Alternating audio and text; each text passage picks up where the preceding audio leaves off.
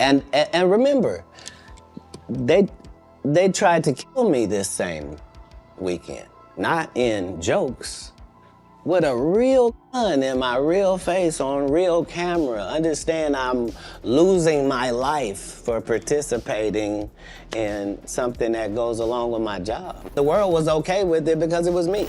I answer to no one but God. If you are not Jehovah or Allah, I do not recognize your authority. Hold up, everyone, because Dave Chappelle just threw a major curveball into the mix, shedding light on some serious industry drama targeting Katt Williams. You heard that right. Dave, who's no stranger to the industry's shadows after his own brush with controversy, revealed that there's a plot brewing to permanently silence Katt following his recent string of tell-all interviews. Remember, Dave himself had to make a quick escape to South Africa back in the day when the spotlight turned a bit too intense after he started dropping truths about the entertainment world. Now it seems like history's repeating itself, because the word on the street is that some big players aren't too happy with Katt airing out the industry's dirty laundry, and they're looking to mute him for good. And this ain't just some random gossip. The industry has been trying to tarnish Katt's name for years, previously trying to tarnish his rep by branding him as a hardcore addict. The gossip mills have been on overdrive since Katt sat down with Shannon Sharpe and let loose a flood of industry secrets, putting targets on the backs of giants like Kevin Hart, Steve Harvey, Diddy, Jay-Z, and a whole roster of other A-listers. Like, all my enemies all look the same in the eyes, whether it's Faison, Wanda, Aries Spears, they all look like... Man, what you got against Wanda Sykes? This is a person pulling a whole gun on a comedian in the confines of their job. It's really a weird situation.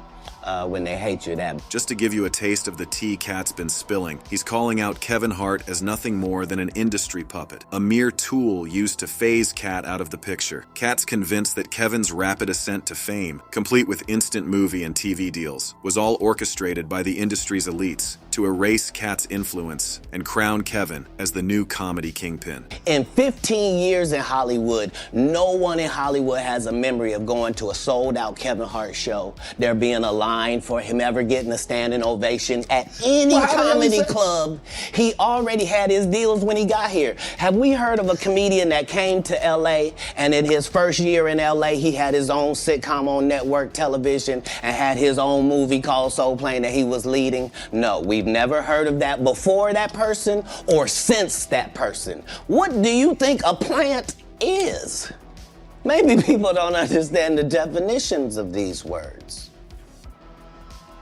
He just did his documentary with Chris Rock where he shows you that his whole upbringing in comedy was on the East Coast. Yeah, it was. So how simultaneously was he here in Los Angeles doing the same thing? It didn't happen. It didn't happen. And I hate to seem like a petty individual for picking apart lies. And this whole Katt vs. Kevin saga isn't new to anyone who's been keeping tabs. Just a few years back, Kevin unleashed a verbal onslaught against Katt, slamming him for allegedly choosing drugs over his career and letting his potential go to waste. Tracing where Katt Williams comes from, you keep pointing at Hollywood.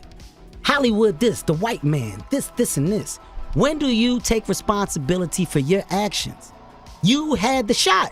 Katt was in that position at one point. You were the guy. Yeah. You were set up to be the star. You didn't show up to work. You promo shoots. You your promo trips that they had set up for you. You became a risk to the studios, which is why the studios stopped with you. Why was he a risk? He chose drugs. Oh, okay. Take responsibility for what you chose and say, you know what? I gotta fix me. And I'm gonna come back and I'm gonna stand up for comedy. But Katt wasn't about to take that lying down. He hit back, suggesting that Kevin's success was built on compliance and conformity, willing to do whatever the industry demanded, no matter how questionable. Katt rolled in with Cedric the Entertainer, putting him on blast for jacking one of his bits. Katt laid it out that they hashed it out away from the spotlight, with Cedric owning up and dropping an apology. But when Cedric got on Club Shay Shay, he flipped the script, acting like Katt was just making stuff up. Then Katt put Steve Harvey in the hot seat, claiming Steve was green with envy over Bernie Mac back in the day. Katt say you stole one of his jokes. Yeah, like, it was ridiculous. You know what I mean? It was like the idea of the joke that he was even talking about don't even match up with no timeline. The idea what this brother is talking about, that joke is over 30 years old, close to 30-something years old. I did the Kings of Comedy in 1999. Probably have been doing that joke 6, 7 years before that. I don't even know if Katt was doing comedy then. Cedric told you when you asked him, did you steal Katt Williams' joke? Yeah. He said, it don't line up. Like, what doesn't line up? This is a televised joke that Mark Curry helped me punch up and get to the level that it was.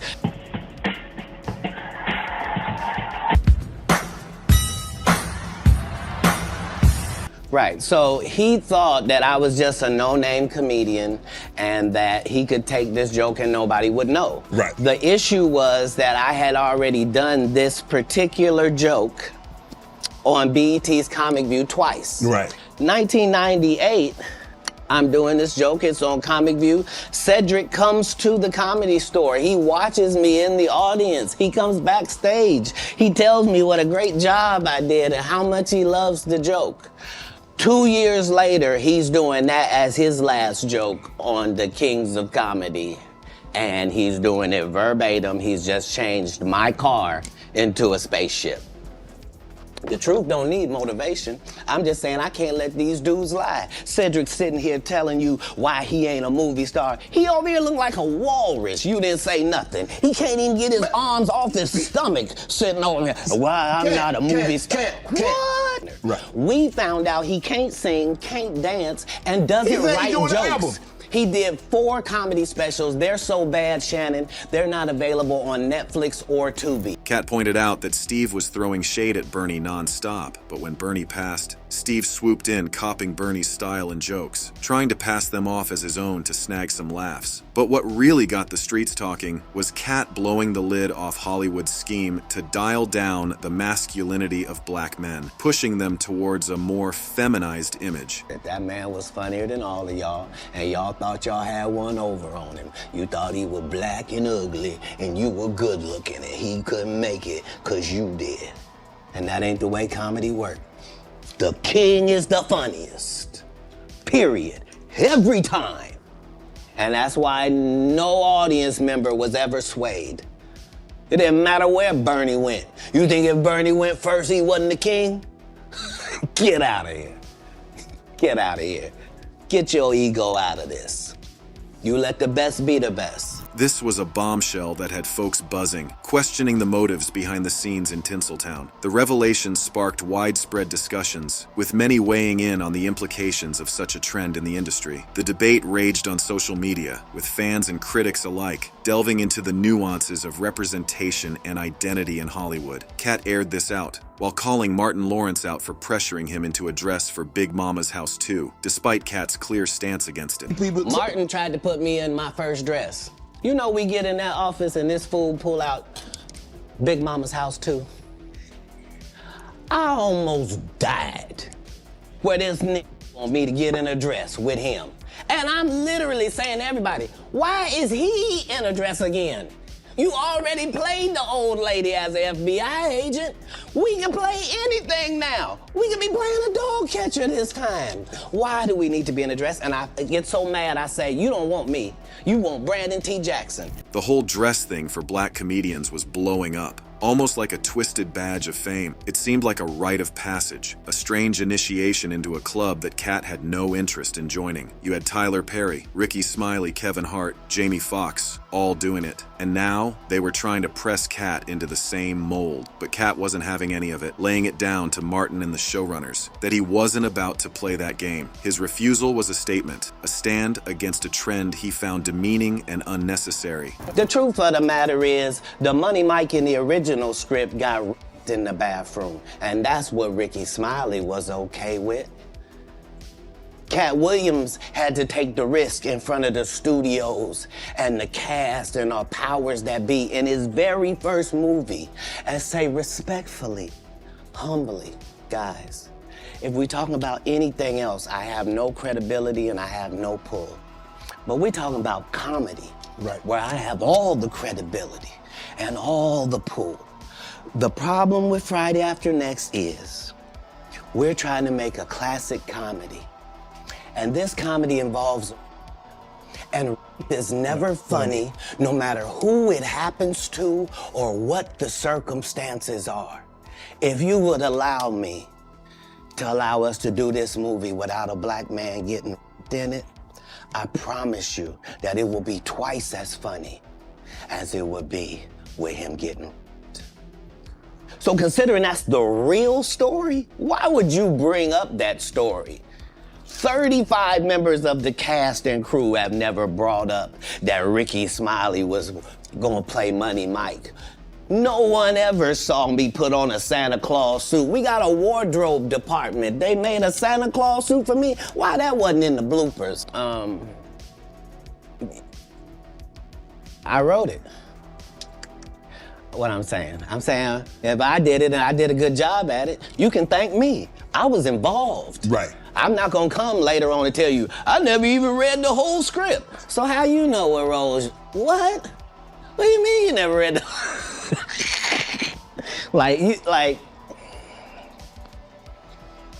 these guys' whole job is to present something, unfortunately. And I'm just not a presenter.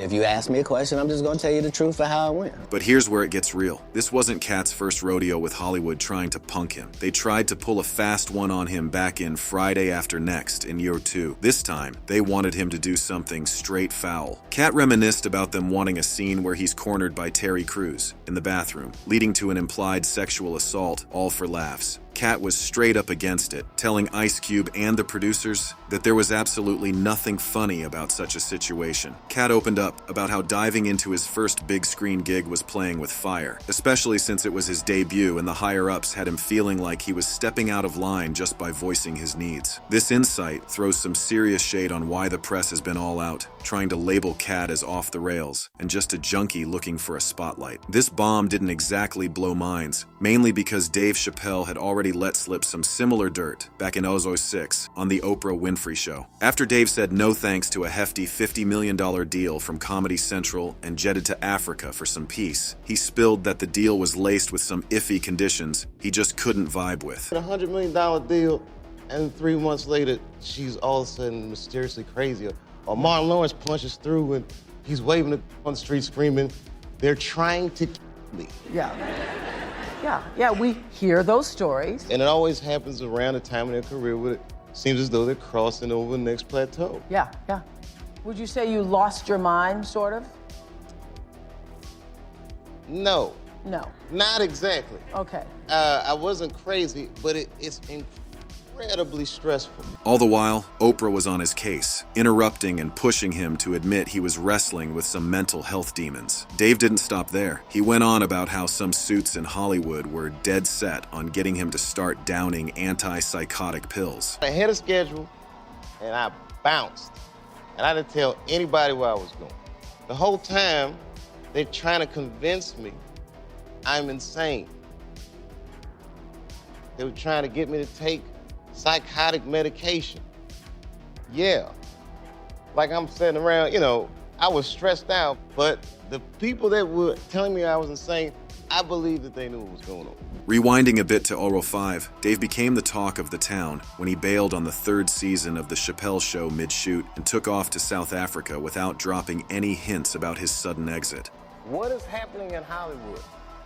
That a guy that tough will be on the street waving at screaming, "They are trying to kill me." What's going on? Why is Dave Chappelle going to Africa? Why does Mariah Carey make a $100 million deal and take her clothes off on TRL?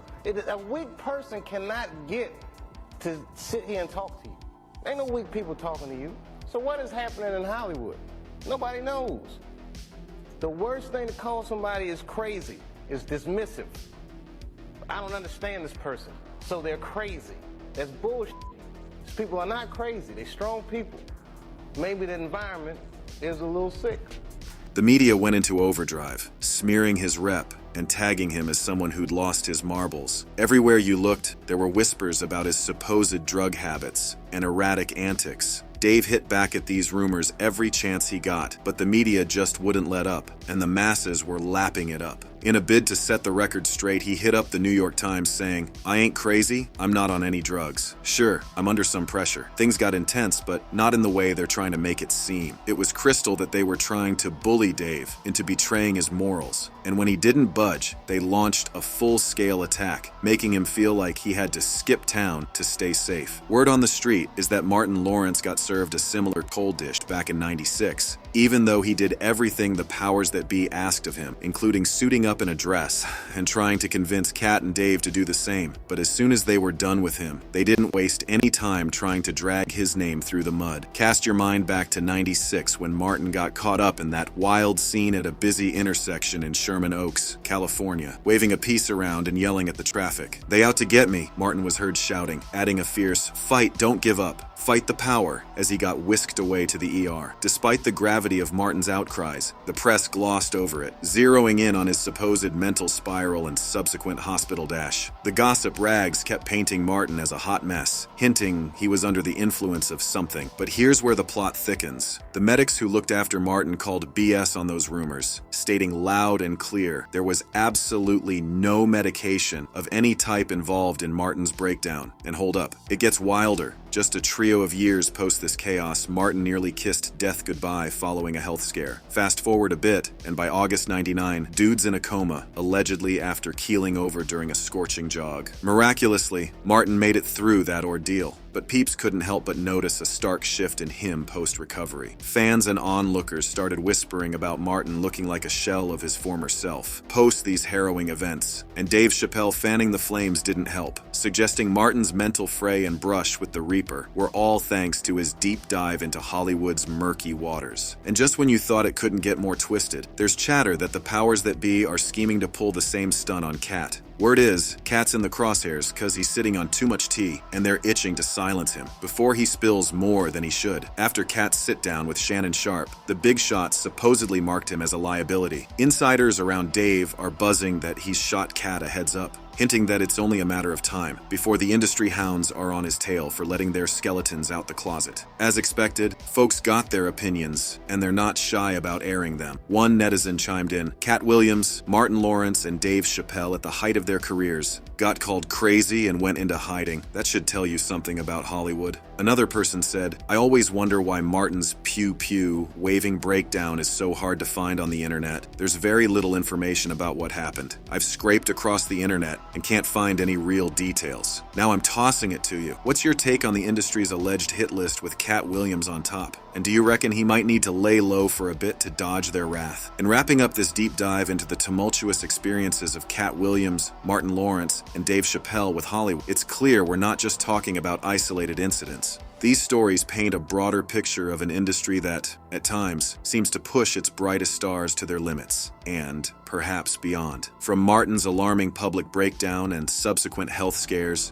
to Dave's candid revelations about the pressures that led him to flee to Africa, and now Katt's recent disclosures about feeling targeted by the industry, there's a recurring theme of immense pressure, mental health struggles, and the daunting challenge of maintaining integrity in the face of overwhelming industry demands. The allegations of the industry's attempts to silence or discredit them for speaking out or resisting certain expectations are particularly concerning. It begs the question, what changes are needed within Hollywood to ensure the well-being of its talent? As fans and observers, it's crucial to look beyond the glitz and glamour, recognizing the human element behind our favorite entertainers. Their experiences serve as a stark reminder of the need for a more supportive and understanding environment in the high-stakes world of entertainment. So, what do you think? Is it time for Hollywood to take a hard look in the mirror and make some changes? Share your thoughts in the comments below.